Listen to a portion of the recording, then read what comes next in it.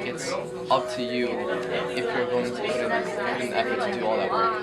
It's not all about being online or on the computer. When I first saw it, I thought it was too good to be true, that you could actually be part of designing a school. Normally, school designs is normally left to the people in power, the elected officials. People have less interest in school. They don't find it to be necessary. They don't find that school is teaching them about real life. Students should have say in what they are learning, because it's not always just teachers and like administrators and what they want. It's also like the students. I keep picturing a teacher who's very open-minded to a student's experiences. I would love to be able to see these kids come in and have a wonderful educational experience. Our process is about including students and really having students lead the process. But it's very exciting because you get to put your input on this, right? You get to create something from the bottom up. With the support of Carnegie Corporation of New York, Providence Public Schools asked their community to design 2 new high schools. Educators, parents, community members, and students are all working together to design a student-centered education. So I'm Carrie Tuttlebean, I'm the school design leader for 360 High School. Hi, I'm Donna Lucy. I'm the school design leader for Evolutions High School. So these schools are designed specifically for Providence students. We've been lucky to receive support from the Carnegie Corporation of New York and have been using their design principles as guides for our process. So to put all this together, we are a circle of positive respect so that the students feel safe and a sense of belonging. The research phase is all about seeing through someone else's eyes and understanding what works for them. The design team interviewed students, educators to get their perspective on education. What's worked for people, what's not working for them. This way they can use those stories as they design with students in mind. I interviewed my physics teacher, Mr. Butler, and he was telling us about how students learn better in groups, and you can see that in my class because we're always in groups. I interviewed a student who was not succeeding in a traditional setting. I interviewed a couple of students that came from a non-traditional high school. This was an opportunity for me to really think about what are those needs, and as a parent to think about my own child, what his individual needs are, and what kind of school I would want to see him in.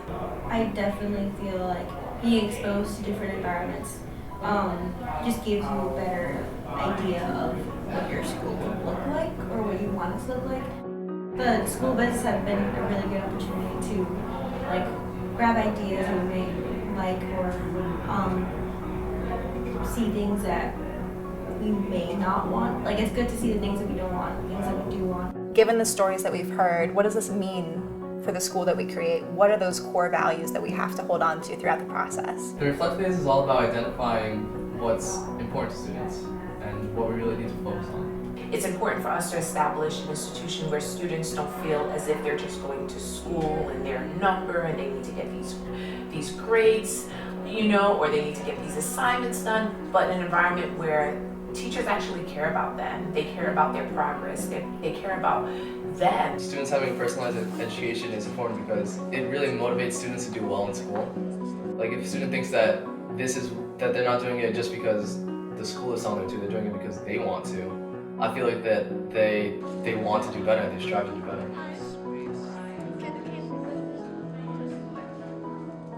I feel like when students have a voice, they are more connected to the school, right? It gives them a reason to come every day, and it just really makes them feel part of the community and part of the school. Every generation is different, and we need to adapt, and we need to be able to be flexible and change when it comes to different kids. The design phase is first about brainstorming, to be able to get ideas out there and to start imagining different possibilities of what education could be. Well, we have to be flexible, and we have to be able to forget the traditional way and create a new way. The design phase is all about coming up with new ideas. People come up with new ideas all the time. These are coming from students and teachers working together. That's a really good question. Yeah. So how do you do it? So basically your teachers are teaching. The idea of writing things on Post-its to prompts and everybody getting their ideas out was a new concept for a lot of people, but it facilitated and generated so many ideas that were really outside the box, that I think really drove our work early, which was exciting. Teamwork is very essential, but we are not going to agree upon everything. So I think that we should use our differences and build upon that. Philosophy teacher of the same subject. Yeah. I like how everyone has their own passions. Like some people are really towards the governance, some people are really towards the culture, and it just fits their character.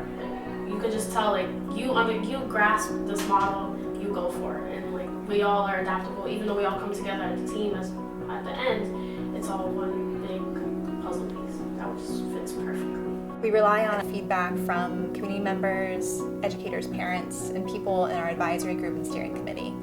The student steering committee is a group of students that basically keeps us on track. They're the ones that guide the design process. Students benefit from programs that encompass. At first I was actually a little scared because I thought they were going to be really harsh, but they asked really good questions. I was seriously impressed. They were a little pressured. They thought we were gonna be more mean to them or something like that. But I think that the presentations were really good. Hi, my name is Ashley, and Not all critique is bad critique because you get a different perspective of other people's opinions and views on things. Even though you're trying to think outside the box, someone is thinking outside your box that you're thinking outside of already. For all the design teams, I think it's been a long process, so to be able to celebrate their work so far and to share it with people was really exciting. Iteration is all about learning along the way.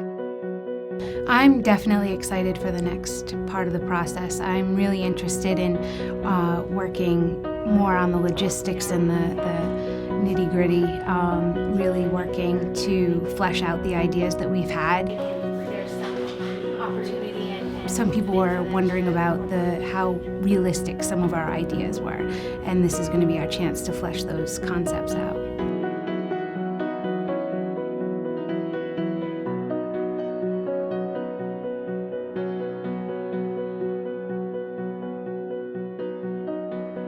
Is there anything else that's on your mind about how this process is all going or how you're kind of looking forward to this coming together?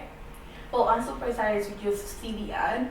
It sounds weird, but I just want to see how we just go and oh my god, I created a school, designed a whole school from the beginning. It feels I did it. I'm excited for that. For that moment to be able yes, I created a new high school. What do you do?